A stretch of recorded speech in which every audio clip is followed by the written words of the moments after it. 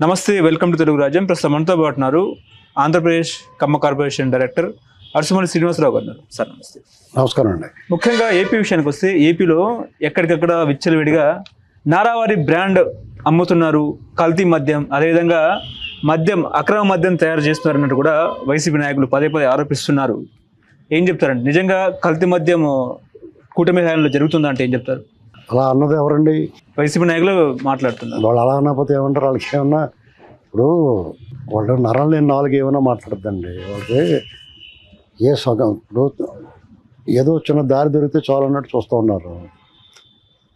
వాళ్ళకి అక్కడ తమ్మలపల్లి నియోజకవర్గంలో ఇబ్రహీంపట్నం దారి మొలకల చెరువు అన్న ఊళ్ళో ఒక నకిలీ మద్యాన్ని తయారు చేసి ఒక యూనిట్ని కనుగొన్నారు పోలీసులు.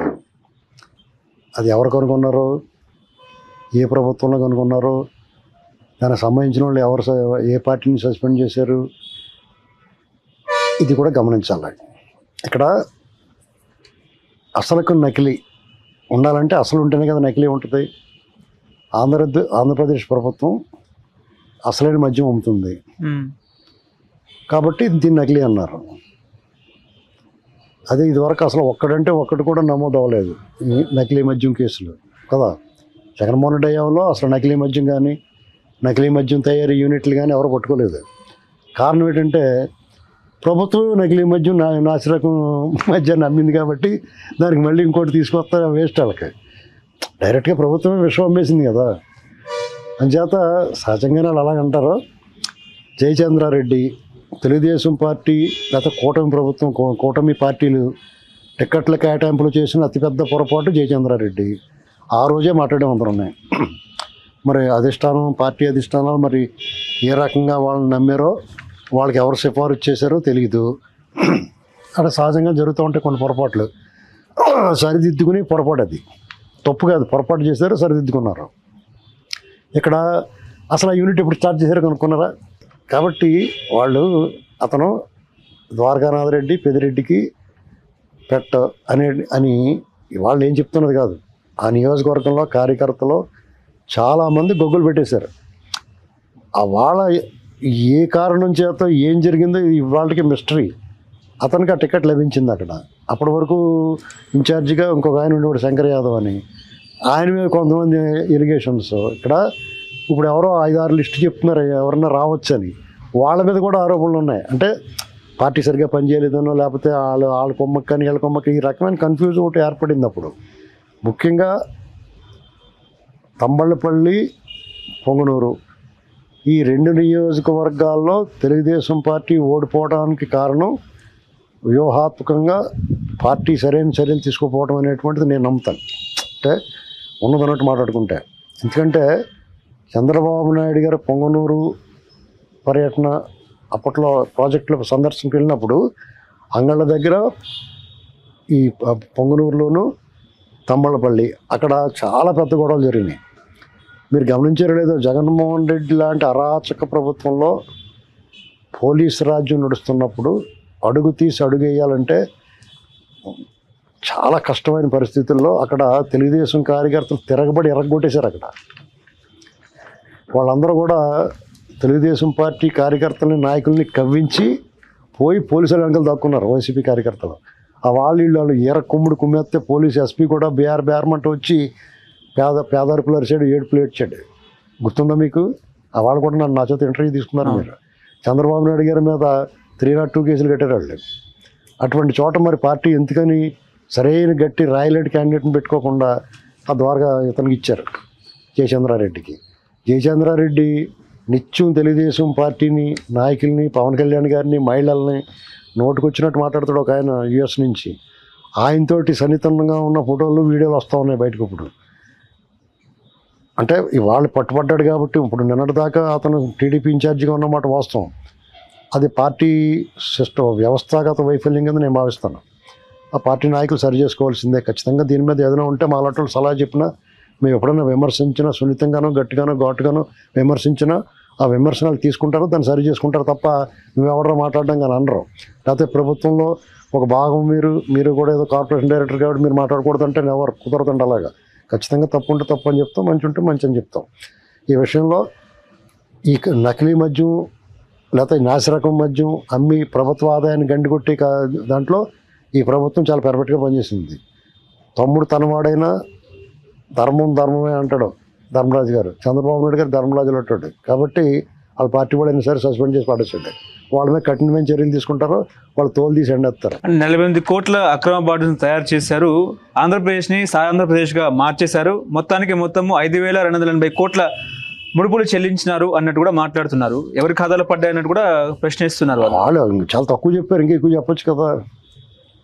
ఇప్పుడు పడుకున్న గుర్రాలు లేపుతాను ఇచ్చుకుంటాం. ఇప్పుడు జగన్మోహన్ రెడ్డి వాళ్ళ గ్యాంగ్ ఈ దొండిపాళెం బ్యాచ్కి ఎవరో ఒక అదృశ్య శక్తి అజ్ఞాత వ్యక్తులు కాపాడుతున్నారు. అది కావద్దనుకుంటున్నారు వీళ్ళు కొంత వీళ్ళు కాపాడుతుంటే వీళ్ళు ముందుకెళ్ళలేక వెనక్కి రాలేక ఇబ్బంది పడుతూ ఉన్నారు. దర్యాప్తు బృందం, సిట్ దర్యాప్తు బృందం చాలా ఎగ్జాగరేట్గా పర్ఫెక్ట్గా తీసుకొచ్చి మొత్తం జగన్ ఇంటి ముందు ఆగింది. రేపో మాపో తలుపు కొడతారు అతనికి. ఒక విషయం గమనించారు మీరు, జగన్మోహన్ రెడ్డి రెక్కలన్నీ తెగిపోతున్నాయి. జగన్మోహన్ రెడ్డి ఖచ్చితంగా జైలుకి వెళ్ళిపోతాడు. ఎందుకంటే కడప, కర్నూలు మిగిలినవి, చిత్తూరు, అనంతపురం మాయమైపోయింది. అతని చేతిలో లేదు. ఇంకా అతను వాళ్ళు అనుకున్న వాళ్ళందరూ కూడా సరెండర్ అయిపోయినట్టే ఒక రకంగానే. ఇంకా అతను ఒకడే మిగిలాడు. అతను మాత్రం విడిచిపెట్టరు వీళ్ళు. వాళ్ళు ఎన్నర్చుకున్నా కానీ మద్యం తాలూకు దుర్మార్గం, అరాచకం, అవినీతి, దోపిడీ, పేదల రక్తం తాగిన చరిత్ర జగన్మోహన్ రెడ్డి పేరున లిఖితమై ఉంటుంది ఆంధ్రప్రదేశ్ చరిత్రలో. ఎందుకంటే ఆబ్కారీ శాఖ ఉండేది పూర్వం. ప్రభుత్వం సారాయి ప్రభుత్వం అమ్మేది. అప్పట్లో ఎవరైనా దొంగ సారాయి కాస్తే ఎవరైతే ఆ ఆక్షన్లో పాడుకున్నాడో అతను ఒక బృందాన్ని పెట్టుకుని ఆ దొంగ సారా అమ్మకుండా కాపలా కాసుకున్నాడు. ఎక్సైజ్ కూడా సహకరించేవారు. తర్వాత కాలంలో దాన్ని రద్దు చేశారు. చీప్ లిక్కర్ అమ్ముతా వచ్చారు. డిపో, IMFL డిపో ఒకటి ఉండేది ఎక్కడ ఏరియాల వారీగా. అక్కడికి డీడీ కట్టి వైన్ షాపులు కానీ బార్ షాపులు కానీ అక్కడి నుంచి లెక్కర్ తెచ్చుకొని అమ్మేవారు. పారదర్శకంగా ఉండేది. దాన్ని ఎందుకు మార్చాడు జగన్మోహన్ రెడ్డి? అది చెప్పాలి కదా. అది లెక్కలు దొరకకూడదని ప్రభుత్వమే నిర్వహించేలాగా షాపు ఏ దందా జరిగినా ప్రభుత్వం తరపునే చేశాడు అతను. అంటే ప్రభుత్వంలో ఉన్న వాళ్ళందరినీ ఇన్వాల్వ్ చేసాడు తన దొంగతనంలో భాగంగానే. తన డిస్టిలరీని, ఇప్పుడు డిస్టిలరీని SPY రెడ్డి గారి దగ్గర వీళ్ళ దగ్గర హ్యాండ్ ఓవర్ చేసుకున్నాడు. అతను ఒక రకంగా బుర్ర తక్కువ. ఇప్పుడు ఎవడో ఉన్నాడు, ₹1 కోటి సొంతంగా పెట్టేసుకున్నాడు. అనే కదా, అలాగే పెట్టేసుకొచ్చాడు. కానీ ఆల్రెడీ అక్కడ ఉన్న డిస్టిలరీస్ దొబ్బి అనవసరంగా సన్నా చేయడం రకంగా చెప్పాలంటే. ఇక్కడ రెండో నకిలీ అమ్మడానికి అవకాశం లేకుండా అతనే అమ్మాడు మొత్తం.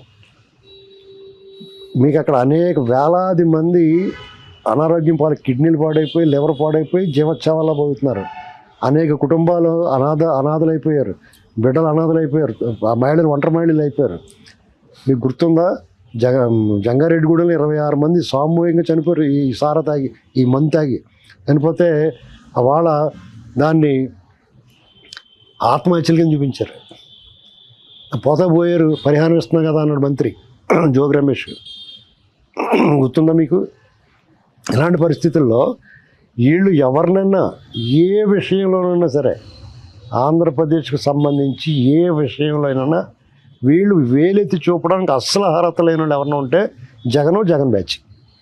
మిగతా వాళ్ళు మీరు మాట్లాడవచ్చు, నేను మాట్లాడవచ్చు, వీళ్ళిద్దరూ మాట్లాడవచ్చు, ఎవరైనా మాట్లాడవచ్చు. వాళ్ళకి మాత్రం అర్హత లేదు. ఎందుకంటే అసలు దోషులు, దుర్మార్గులు, రాక్షసులు, రక్కసులు దొండిపాళ్ళు బ్యాచ్ వాళ్ళే. కాబట్టి కాళ్ళకై ముఠాళ్ళు, దొంగల ముఠా అది. కాబట్టి వాళ్ళు మాట్లాడడానికి లేదు, మూసుకుని కూర్చోవాలా. వీళ్ళు ఇంకా మంచోళ్ళు కాబట్టి ఈ ప్రభుత్వం వాళ్ళు తిరగనిస్తున్నారు బయట. మోకాలు చెప్పులు తీసేసి ఈడ్చుకుంటూ పోవాలి. తిరుపతిలో చూడండి, కత్తిచ్చుకుని ఏ రంగం మాట్లాడు. వాళ్ళని కూడా అందంగా మర్యాదగా తీసుకెళ్తున్నారు లోపలికి. కొట్టుకుండా తీసుకెళ్ళాలి అసలు మామూలుగానే. ఇది ప్రభుత్వం మంచిది, ప్రజాస్వామ్యం, చట్టం రాజ్యాంగం పట్ల గౌరవం ఉంది, రూల్ ఆఫ్ లా పాటిస్తారు. కాబట్టి ఆ రకంగా వాళ్ళ ఆటలు సాగుతున్నాయి. వాళ్ళ స్టూడెంట్ మాట్లాడతారు. ఇప్పుడు మద్యం అక్రమ తయారీ నుంచి అమ్మకాల వరకు, అదేవిధంగా కలెక్షన్ నుంచి దందా వరకు కూడా లోకేష్ కనుసరణలోనే జరుగుతున్నాయి అన్నట్టు కూడా ఒక చర్చ నడుస్తూ ఉంది. వాళ్ళు ఇంకా భ్రమలోంచి రాలేదు బయటికి. ఇవాళ ఎక్సైజ్ శాఖ ఒకటి ఉంది. ఆ మద్యం పాలసీ, జగన్ పాలసీని మార్చారు వాళ్ళు. దాన్ని రద్దు చేసి వీళ్ళు ఇదివరకు యథావిధి ఎలా ఉండేది ఆ పాలసీలో నడుస్తుంది అనేటువంటిది వాళ్ళకి అవగాహన లేనట్టు ఉంది. ఇంకా జగన్మోహన్ రెడ్డిని నడిపించినట్టుగా నడుస్తుంది కూడా అనుకున్నారు. ఖచ్చితంగా వాళ్ళదే జగన్మోహన్ రెడ్డికి అప్లై అవుద్దండి. ఏంటి తయారీ, డిస్ట్రిబ్యూషను, అమ్మకం, కలెక్షను అంతా కూడా వాళ్ళే నిర్వహించారు. అదే నడుస్తుంది అనుకుంటున్నారు. అంతే వాస్తవంలోకి రావాలి. ఎప్పుడు వెళ్ళిపోయి యలహంక ప్యాలెస్లో పడుకుంటాం, లేదా ఇక్కడ ఉన్న వాళ్ళు కాలక్షేపానికి అటు ఇటు తిరగడం, ఏదో జగన్ మాట్లాడమన్నాడు మాట్లాడతాం. రేపు మాపు ఇలాగే కేసులు వస్తాయి కాబట్టి వాళ్ళు మాట్లాడితే రేపు లోపల దొబ్బినప్పుడు మనం ఇలా గట్టిగా మాట్లాడుతున్నాం కాబట్టి లోపల దొబ్బారని చెప్పుకుని ఏడవడానికి ఉపయోగించే మాటలు కానీ నిర్దిష్టమైన నిశ్చితమైన పరిశీలన కానీ విమర్శ కానీ లేదు వాళ్ళ దగ్గర. ఇప్పుడు అసలు పాత్రధారులు సూత్రధారులు లోకేషే ఆయన రక్షించడానికే అధికారులు మల్లగుల్లాలు పడుతున్నారని కూడా మాట్లాడుతున్నారు. నిజమే అంటారా? అసలు ఇంత అర్థపర్థం లేని దానికి మీరు పదే పదే నడితే ఏం చెప్తామండి? వాళ్ళు పనికి మళ్ళీ సన్నాసులను తిట్టించడానికి చూస్తున్నారా మీరు ఏంటి? నాకు అర్థం అవ్వట్లేదు. జగన్మోహన్ రెడ్డి వాళ్ళ దొంగల గ్యాంగ్గా వీళ్ళకి పోలిగేటండి అసలు. వీళ్ళ కర్మ వాళ్ళు ప్రత్యర్థులుగా ఉండడం, వీళ్ళ దరిద్రం అన్నమాట. దరిద్రం పట్టుకున్నప్పుడు జగన్మోహన్ రెడ్డి ప్రత్యర్థిగా ఉంటాడు. అసలు వాళ్ళ భూమి మీద ఉండడానికి అర్హత లేదు వాళ్ళకి. ఈ రాష్ట్రాన్ని సర్వనాశనం చేసి పెట్టిన వాళ్ళు వాళ్ళు ఇంకా ఈ మద్యం గురించి ఆ డబ్బు సిగ్గు లేకుండా వాళ్ళందరూ దూపేసి ఇప్పుడు వరకు మా సిట్ దర్యాప్తు చేసేది ముడుపులకు సంబంధించిందే. వీళ్ళు కొల్లగొట్టిన అక్రమార్జన దాని గురించి ఇంక నెక్స్ట్ ఎపిసోడ్ 2 ఉంటుంది. దాని మీద సినిమా అవుతుంది, త్వరలో చూడండి. ఈ మద్యం రఘురామకృష్ణరాజు గారి ఇష్యూ ఎన్నటి మీద సినిమా వస్తుంది, మంచి సినిమా. మీ ప్రశ్నలకి 100 ప్రశ్నలకి ఒకే సమాధానం ఓ సినిమా అవుతుంది చూడండి. అందంగా విపులంగా వివరంగా అర్థవంతంగా అర్థమయ్యేలా తీస్తున్నారు. ఇప్పుడు వైసీపీ హయాంలోనేమో ప్రభుత్వ ఖజానా నింపాము, వీళ్ళేమో గండి కొడుతున్నారు అన్నట్టు మాట్లాడుతున్నారు. జగన్మోహన్ రెడ్డి డబ్బులు వీళ్ళే ముట్టుకోలేదే ఇంకా ఇప్పుడు వరకు గండి కొట్టడానికి. వాళ్ళు నింపిన మాట వాస్తవం. ఎక్కడ జగన్మోహన్ రెడ్డి ఖజానా నింపారు, వీళ్ళు దాని జోలికి ఇంకా పోలేదు కదా, ఇంకా హ్యాండ్ ఓవర్ చేసి అతను ఆల్రెడీ ఆఫ్రికా కంట్రీస్కి వెళ్ళి తరలించేసాడు. ఐవరీ కోస్ట్కి, ఇంకా ఆఫ్రికన్ కంట్రీస్లో మైనింగు, లండన్లో ఇంగ్లాండ్కి సంబంధించి ఒక దీవి కొన్నాడు, యుఎస్లో అన్ని దేశాల్లోనూ అతను వ్యాపారం పెట్టాడు. ఆ డబ్బు జోలికి వెళ్ళలేదు కదా ఇంకా వాళ్ళు పోగొట్టింది వీళ్ళు కొట్టేసింది ఇంకా లేదు కదా. వాళ్ళు ఇంకా దాన్ని టచ్ చేయలేదు వీళ్ళు ఇంకా. త్వరలో రేపో బాబు టచ్ చేస్తారు. ఇప్పుడు మద్యం తయారీలో టీడీపీ అంటే కూటమి టీడీపీ ఇరుకున పడింది, బీజేపీను జనసేన సేఫ్ అయిందా అంటే ఏం చెప్తారు? వాళ్ళు ఇరుకున పడిందని వాళ్ళు ఆనందపడి స్వకుచ్చమర్దనం అంటారు దాన్ని, స్వయం తృప్తి. దాన్ని వాళ్ళు ఆనందిస్తే డెఫినెట్ వాళ్ళు అర్థం. నాకైతే వాళ్ళు ఏమో అలాగా డిఫెన్స్లో పడి నాకేం అనిపించలేదు. భలే దొరికాడు రీడ్ అన్నట్టు ఉంది. ఎందుకంటే ఆ కార్యకర్తలు హ్యాపీ. జయచంద్రారెడ్డి పార్టీని సస్పెండ్ అవ్వగానే మందుగుండు కాల్చుకున్నారు అక్కడ. రేపో మాపో కొత్తడు వస్తాడు. ఇంకా మిగతా వాళ్ళందరూ కూడా అందులో ఒకటి జనార్దన్ రావు, జగన్నాథరావు ఎవరో ఒక అతను యూఎస్ నుంచి ఒక వీడియో పెట్టిన టీడీపీ వాళ్ళకి ఏం సంబంధం, అంతా మేమే దొంగలు అని చెప్పాడు. మీరు ఇక్కడ ఏమవుద్దంటే అండి, వాళ్ళకి ఎలాంటి నేరాలు చేయాలో, ఎలాంటి లొసుకులు ఉంటాయో, చట్టంలో ఎన్ని బొక్కలు ఉంటాయో, ఎలా తప్పించుకోవాలో అన్నీ వాళ్ళు వాడేశారు ఆల్రెడీ. ఇక్కడ ఎదటోళ్ళ మీద వేయటానికి, అడ్డుగోలుగా వేయడానికి ఏముంది? ఇలాగే మాట్లాడతారు. అలా మాట్లాడకపోతే ఇంకెలా మాట్లాడతారు? హలో, తెలుగు రాజ్యం ఛానల్ చూస్తున్నారా? సామాజిక రాజకీయ జీవన చిత్రణే తెలుగు రాజ్యం. అతిశయోక్తులు అసత్యాలు ఉండవు. రాజకీయ కోణం కాదు, ప్రజా కోణమే కొలబద్ద. తెలుగు రాజ్యం వీక్షణ మీ ఉత్తమ అభిరుచికి నిదర్శనం.